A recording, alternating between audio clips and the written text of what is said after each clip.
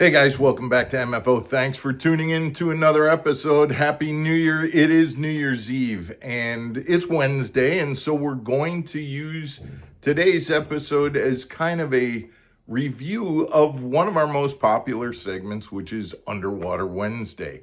We're going to kind of review some of 2025's best interesting topics that we covered in the pool and on the water as we look at our underwater, on the water Wednesday episodes. But I do want to tell you that we have a very cool thing at the end of this video. We're going to give you a sneak peek as to what Underwater Wednesday is going to look like in 2026. You might hear it in the background here, and we're going to show it to you when we come back. Stick around, guys.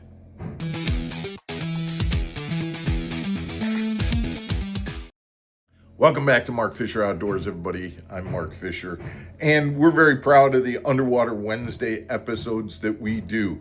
We've got Underwater Wednesday because we've got a swimming pool and we can show you baits. And, the thing that I look at with this is that it does a couple of things. One is if we have new baits to show, or baits that might be new to you, but you can kind of get different ideas about the techniques and how to throw them, this is a perfect opportunity for us to teach you what the techniques are, and then for you to see what the bait looks like underwater, like this one. In the past, doing this with flukes and things like that, but this looks really good as these baits are just kind of swimming.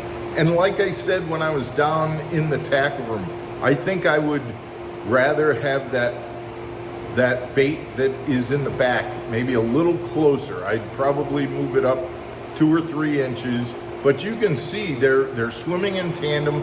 Those tush heads work great on swim baits to make them give that body roll and that swimming action. They enhance any swim bait that you've got, but the way these baits are moving, they look great, and they actually look good together as they're swimming.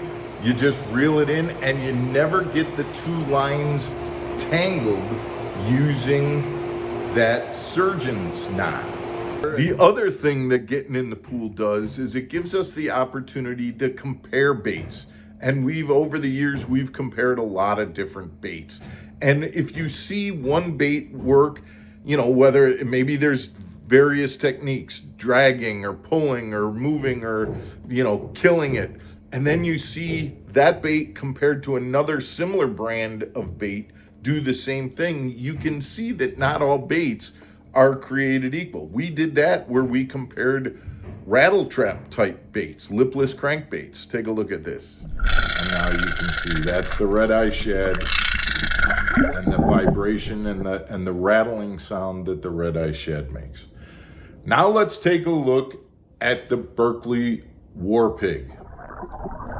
I really like the color on the Berkley Warpig. This is what they call, both of these are, one is the sexy shad in the Strike King. The Berkley Warpig is the sexier shad color, but it looks good going through the water. It's got a very distinctive, almost a little louder kind of a sound to it, and we'll let you hear that in just a second.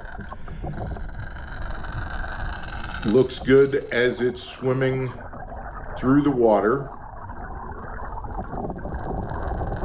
Now here's the big difference that I noticed. The Warpig, when you kill the bait and you stop retrieving the Warpig, it kind of goes down nose first. There isn't much of a shimmy.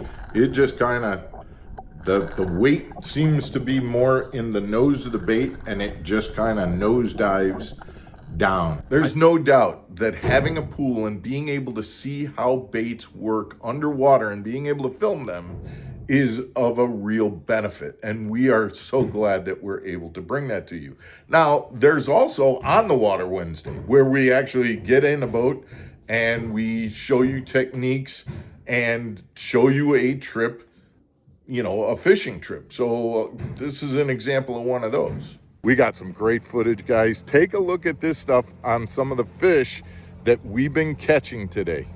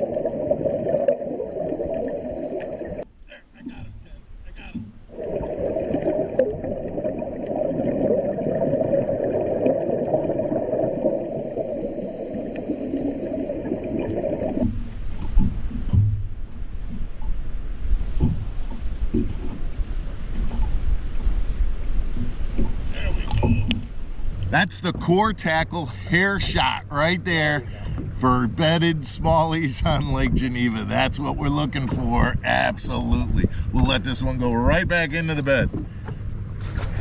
And then I kind of tweak it a little bit, and given the fact that I'm fishing on the Major League Fishing Pro Circuit, I also show you my tournament recap videos where we've got, you know, how I did in the tournament and the techniques that I used during that tournament. Good one.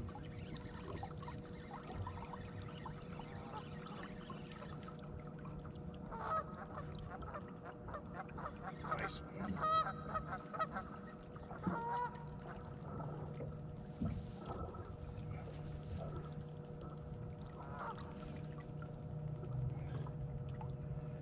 Very nice one.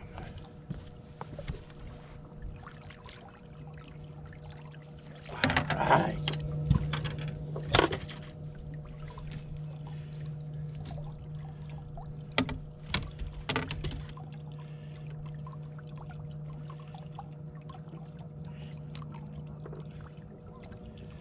That's what we're talking about.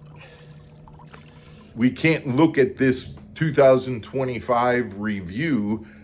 One of the biggest episodes that we did was unfortunately related to that tournament that happened on Smith Lake. And again, the coincidence that I drove by that accident site just moments before it happened, and we actually happened to catch that on video.